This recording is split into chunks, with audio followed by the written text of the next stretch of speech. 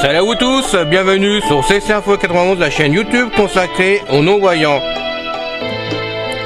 Présenté par Alain Leclerc, avec Pascal Cusson.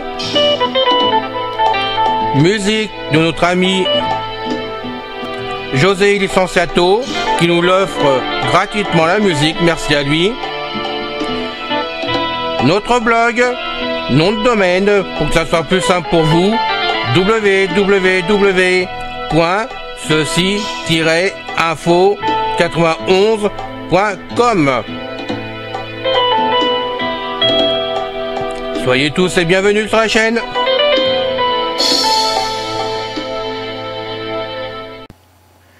Eh bien, chers amis, bien le bonjour.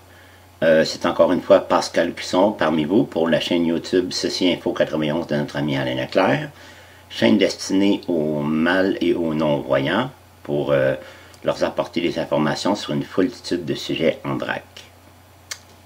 Nous poursuivons aussi aujourd'hui notre sujet qui s'appelle Dossier handicap.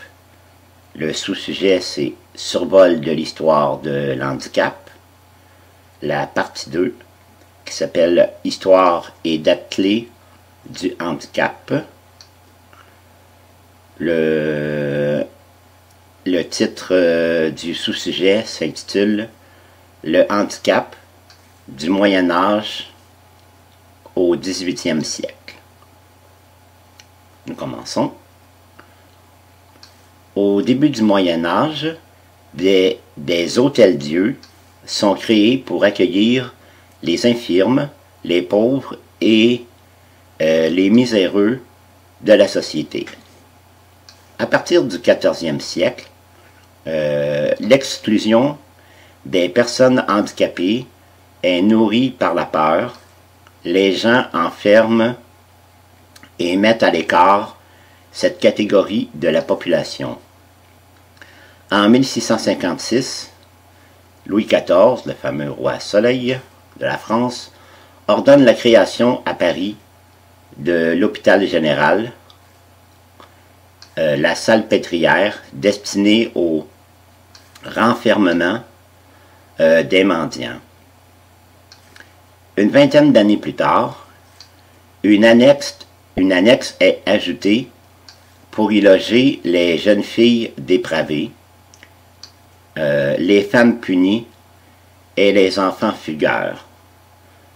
L'hôpital devient alors une maison de force, c'est-à-dire une sorte de prison, un lieu de détention et de correction où les personnes enfermées sont confrontées à elles-mêmes.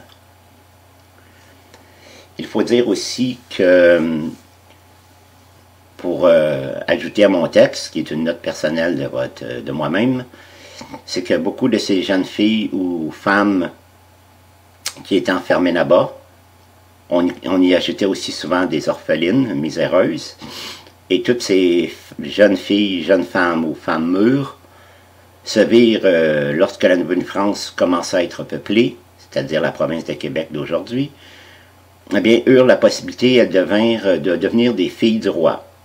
Cela veut dire qu'elles devaient, si elles choisissaient de devenir filles du roi, elles recevaient un coffre contenant tous les accessoires de base pour s'occuper à orner une maison d'un colon et une petite somme d'argent en or. Elles étaient alors embarquées sur les navires en direction de la Nouvelle-France et là-bas, elles pouvaient se choisir un mari. Elles n'avaient pas le choix, que le mari leur plaise ou non. Je veux dire, les plus belles avaient les plus beaux partis et les autres ben, prenaient ce qui restait comme homme. Donc, c'est un moyen aussi que l'Église avait suggéré afin que les colons blancs n'allassent pas se marier avec les Amérindiennes qui étaient considérées comme des païennes et faire des enfants sans mêler. Ils voulaient que le sang de France reste avec la France, même si c'était parmi la racaille et les miséreux qui étaient éjectés de la France. Cela vidait les prisons et pouvait repeupler le pays dans la foi catholique et la langue française, bien évidemment. Donc, je tenais à préciser ça aussi, faire une petite note historique, tant qu'à être dans l'histoire. Et bien sûr, parmi elles, il y avait des femmes qui étaient handicapées, mais elles étaient quand même accueillies avec joie par les colons qui en ont pris grand soin, qui les ont épousées, honorées et chéries. En fin de compte, celles qui étaient handicapées, boiteuses, bossues, ou tout ce que vous voulez, avaient une chance de vivre une vie heureuse ici au Québec, malgré les dangers qu'impliquaient les tribus amérindiennes, iroquoises et leur raid incessant. Elles aimaient mieux risquer la mort ainsi, plutôt que de passer le reste de leur jour dans la salpêtrière. Fin de ma note personnelle, mais je trouvais que c'était aussi important à ajouter, tant qu'à y être. Nous poursuivons. En 1670, Louis XIV crée aussi l'institution des Invalides, chargée d'accueillir ces soldats invalides ou âgés.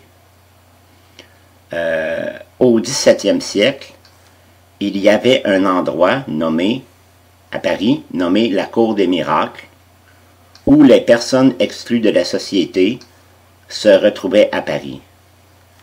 Elle désignait de grands espaces insalubres où les mendiants, les voleurs, les paralysés, les infirmes, les aveugles de tout sexe et de toute origine, ainsi que les prostituées, y vivaient. À la nuit tombée, les soucis de chacun disparaissaient comme par miracle. Début de citation. Les boiteux marchaient droit, les paralytiques dansaient, l'aveugle voyait, le sourd entendait, les vieillards même étaient rajeunis. Fin de la citation, selon Victor Hugo, dans Notre-Dame de Paris. Il faut dire aussi qu'il y avait de franches canailles là-bas à la Cour des Miracles qui n'étaient pas du tout handicapés, mais pour augmenter, parce qu'il y avait de vrais handicapés bien sûr, mais pour augmenter encore la chance de recueillir des sous, vu que ces gens n'étaient pas doués pour le vol, l'assassinat ou la putasserie, eh bien, ils étaient destinés à justement jouer les faux mendiants pour ramener davantage d'or qu'ils tiraient de la générosité des bourgeois et des nobles.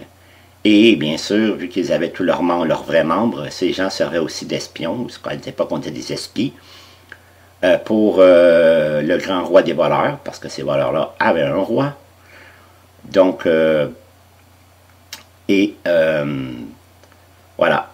Puis ils servaient d'œil et d'oreille pour lui ramener toutes sortes d'informations, et afin que le roi de cette pègre, qui était une très grande puissance souterraine, puisse garder l'avantage sur la soldatesque et les nobles qui auraient voulu dégruger son empire de malfrats.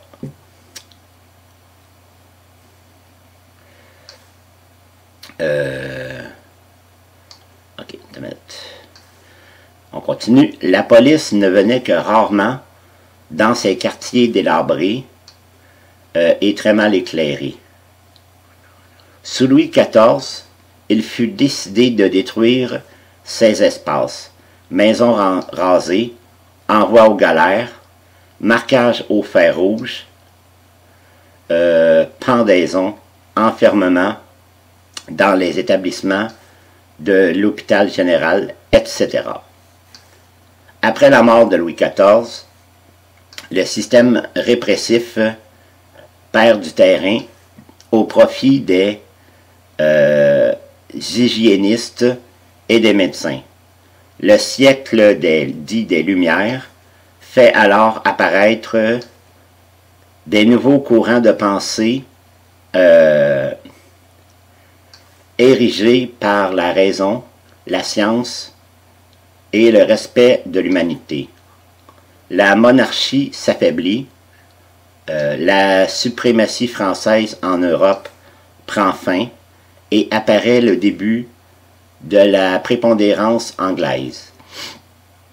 Les mendiants livrés à la charité publique sous l'Ancien Régime sont progressivement pris en charge par l'État à partir de la Révolution française. Des institutions commencent à accueillir les personnes sourdes et aveugles. 2 dates marquent l'implication de l'État envers les personnes les plus fragiles.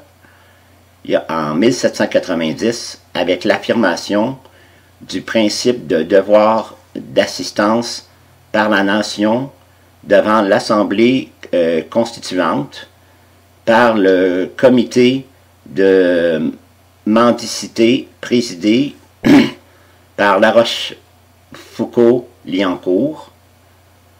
L'autre date, c'est en 1796, avec la reconnaissance du droit des pauvres et la création des bureaux de bienfaisance dans les communes.